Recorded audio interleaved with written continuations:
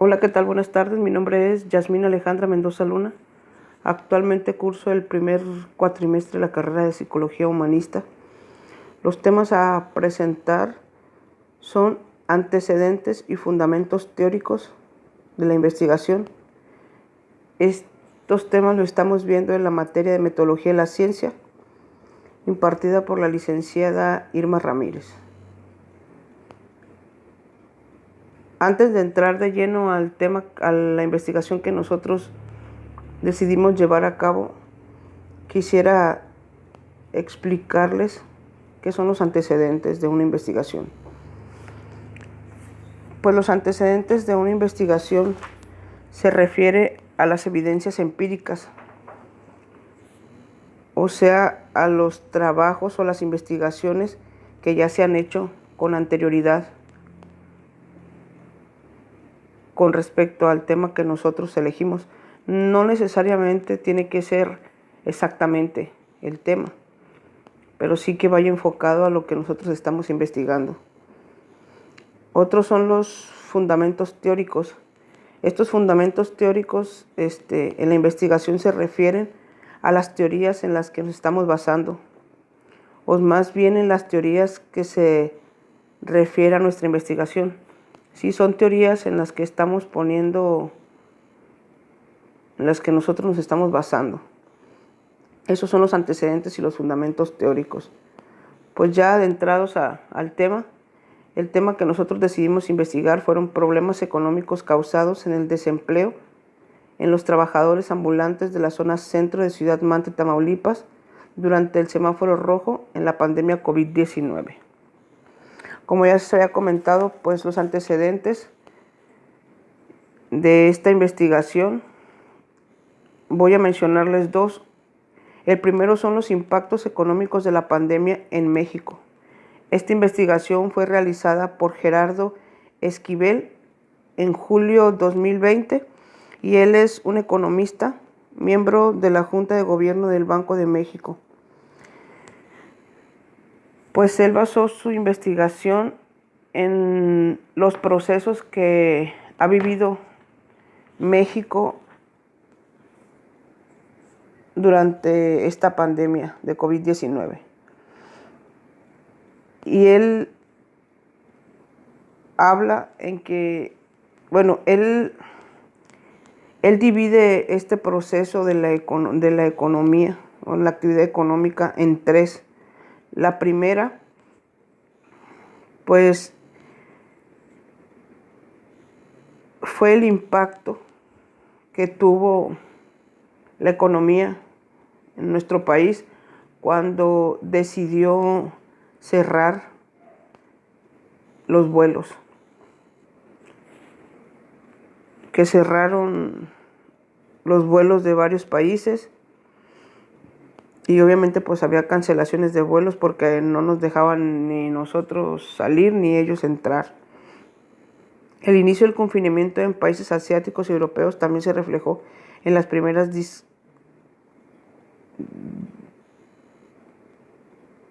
disrupciones importantes en los procesos productivos asociados a las cadenas globales de valor de algún sector manufacturero. La segunda, pues fue la actividad económica en el país que que desaceleró significativamente cuando resultando de la decisión de suspender todas aquellas actividades consideradas como no esenciales. En esta decisión inevitablemente afectó a varios sectores manufactureros y de servicios que deberían cerrar temporalmente para garantizar el distanciamiento social. Esta fase tuvo su manifestación más importante en los meses de abril y mayo, aunque en varios sectores se extendió incluso hasta el mes de junio y en algunos aún sigue vigente. Esta segunda parte, pues él la maneja que fue también un golpe importante para la economía del país cuando se decide pues que nada más quedaran los puros establecimientos esenciales, que eran las farmacias, que eran las carnicerías, los abarrotes, los supermercados. y que todo lo demás que eran pues establecimientos que manejaban cosas no esenciales pues tenían que cerrarse. Muchos cerraron, en otros pues más que cerrar manejaban tiempos de abrir, por ejemplo, de 8 de la mañana y tenían que cerrar a las 3 4 cuando antes cerraban a las 9 10 hasta 11 de la noche. También los restaurantes, aunque eran de alguna manera establecimientos con servicios no esenciales, perdón, también tuvieron que entrar en esa restricción. Y pues los comensales ya no podían ir a comer ahí, tenía que ser todo para llevar. Y la tercera fase, pues él dice que es la que actualmente nos encontramos, y que comenzó a partir del mes de julio. Esta se definió por un proceso de reapertura que será más lento y gradual de lo que originalmente se anticipaba. Esto se debe a que los contagios continúan en niveles finalmente elevados y que los temores de un rebrote de la enfermedad aún están presentes. En esta parte de la tercera etapa, pues al principio todos pensaban que iba a ser algo momentáneo, pero hasta la fecha, pues como todos sabemos, ha habido establecimientos que en realidad ya no han abierto, que cerraron, que no aguantaron, porque lo que al principio era nada más de que pensaban que iba a ser un tiempo corto, pues en realidad ya aún es el momento, aún en este momento, pues no se han abierto o no han empezado a trabajar como deberían. O la mayoría sí está trabajando, pero con las medidas sanitarias. En esta etapa, pues se pensaba que, bueno, él dice que no reapuntó la economía como debería o como se esperaba, porque no fue que se abrieron todos los establecimientos en un solo golpe, sino que todavía están en ese proceso. Y que obviamente que esas de las reaperturas, pues depende de un semáforo, que nos dice que si estamos en verde podemos estar abiertos, que si estamos en naranja podemos tener el tanto por ciento de establecimientos abiertos. Entonces, pues esta investigación que hizo él, pues habla referente a eso. Otra de los antecedentes que tenemos, pues, fue el impacto de la pandemia por COVID-19 en el ámbito laboral. La pandemia COVID-19 está teniendo un efecto catastrófico en el tiempo u hora de trabajo y en los ingresos a nivel mundial. Un nuevo informe de la OIT destaca algunos de los sectores y regiones más afectados y esboza unas políticas para mitigar la crisis. En este comunicado se mencionan los estragos tan indeseables en el ámbito económico y laboral, ya que la mayoría de los trabajadores formales e informales han tenido que reducir su horario e incluso han sido despedidos de sus trabajos. Esto tiene como resultado un ingreso menor para solventar las necesidades básicas de sus hogares. Hay que tomar en cuenta que algunos tienen un trabajo formal en donde se han hecho esfuerzos sobrehumanos para mantener a flote dependencias, empresas, etc. Pero también existe una parte de la población en suma vulnerabilidad, la cual carece de servicios esenciales para la vida. En este comunicado habla de los problemas que han tenido que pasar los trabajadores de cualquier empresa. No es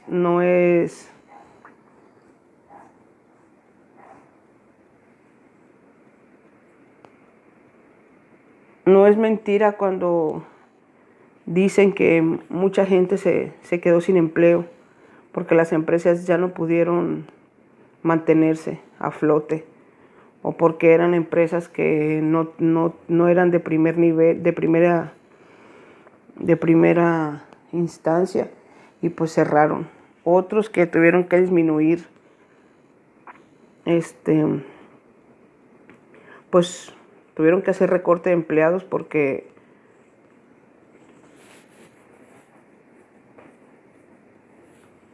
no podían costear, obviamente el ingreso que tenían no era suficiente como para mantener a tantos empleados y se quedaban quizá con los empleados que tenían mayor antigüedad y a los que tenían pues menor. Hay otros que decidieron al principio, que empezó toda la pandemia, llevar el trabajo a casa y trabajar desde casa, pero llegó un momento en el tiempo en que ya no pudieron costear el que los empleados estuvieran trabajando y pagándoles. Hay otros también que tomaron la decisión de pagarle el sueldo, la mitad de sueldo, a los que decidieran quedarse. Los que no, pues se podían ir. Estos son dos de las investigaciones o de los antecedentes en los que están basadas nuestro proyecto. Ahora les voy a hablar también pues de dos fundamentos. Y la primera teoría en la que nos basamos fue la teoría de la ley de Say. La teoría de la ley de Say defiende que las recesiones o crisis no se producen como consecuencia de fallos en la demanda o falta de dinero, sino al revés, por anomalías en la oferta. Como el autor sostenía, el producirse más bienes se genera más riqueza, lo que a la vez provoca que al producir otros bienes, estos sean demandados de tal forma que automática y cíclicamente la oferta crea su propia demanda, generando un círculo vicioso que mantenga la relación entre oferta y demanda de manera continua. La imposible sobreproducción o exceso de oferta y desaprovechamiento de los recursos productivos viene dada por el hecho de que producir bienes ya es en sí misma una fuente de generación de ganancias, aunque sean bajando los precios. Con ese dinero se podrán comprar otros bienes, creando indefinidamente un sostenimiento de la oferta a través del movimiento de la demanda, siendo esta la base de la ley de Say. En el caso se une producción y riqueza, de tal forma que todo lo que se produzca está predestinado a ser consumido. Así pues, siempre que se produzca, se creará riqueza, no dejando la demanda nunca de la oferta. Quede anclada y parada, por lo que es una explicación al problema del equilibrio económico, contando con que oferta y demanda se van retroalimentando sobre un bien concreto y otros adyacentes. Bueno, en la actualidad, hablando de la teoría de Say, pues uno de los ejemplos sería que hay una empresa que se dedica a la producción o a la elaboración de playeras, de estampados. Entonces, pues ellos estaban haciendo la producción al iniciar el año para ese año. O sea que la hacían en enero, hacían todos los pedidos que tenían y en enero las empezaban a repartir. Entonces, ¿qué pasa con la pandemia? Pues esa empresa ya tenía su producción hecha. Entonces empieza lo de la pandemia y las empresas que no eran empresas esenciales se paran. Entonces hablamos de que a los que esa empresa le vendía, pues ya no tenían a quién venderle. Entonces lo que hace es de que la producción pues se quedó. Ahorita cuando se retoma otra vez la actividad lentamente, porque no es de que ya estén trabajando 100%, pues tiene que hacer un recorte, porque tiene demasiada mercancía acumulada y es la que van a ir sacando. A esto se refiere la ley de Say, de que a veces no siempre es el hecho de que no haya producción, sino que haya un exceso de producción, y por esa razón del exceso de producción, como ya no vas a ocupar a las personas que lo producen, pues las recortaron.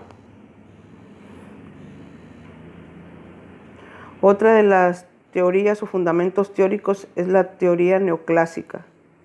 La teoría neoclásica dice que la economía es una escuela de pensamiento económico que se basa en la idea de que el valor de los bienes es una función de la utilidad o satisfacción que le asignan los consumidores. Uno de los aspectos fundamentales que diferenció el neoclasicismo de la escuela clásica es la forma en que explicaban los precios y el valor relativo de los bienes. De acuerdo con la escuela clásica, el valor de los bienes se explica por sus costos, por el lado de la oferta. Para los neoclásicos, en cambio, el valor de los bienes se explica por la utilidad marginal, esto es, el valor que se asigna a la última unidad consumida por el lado de la demanda. Una de las principales preocupaciones de los neoclásicos fue la asignación y distribución óptima de los recursos en una sociedad. Además, apoyaron firmemente el libre comercio como motor de desarrollo económico y como una forma de aprovechar las ventajas comparativas de los países. Los neoclásicos en sí centraban su análisis en la elección entre varias alternativas y en los cambios marginales como objeto de cálculo y el equilibrio general. Y con respecto al comportamiento de las personas y empresas, la escuela neoclásica se basaba en 3 supuestos básicos. El primero, ambos, producto y consumidor, son racionales. El segundo, las personas buscan maximizar su utilidad o satisfacción cuando consumen bienes o servicios. Tercero, persona y empresa actúan de manera independiente basándose de información completa y relevante. Esta es pues la segunda teoría que nosotros escogimos para nuestro tema.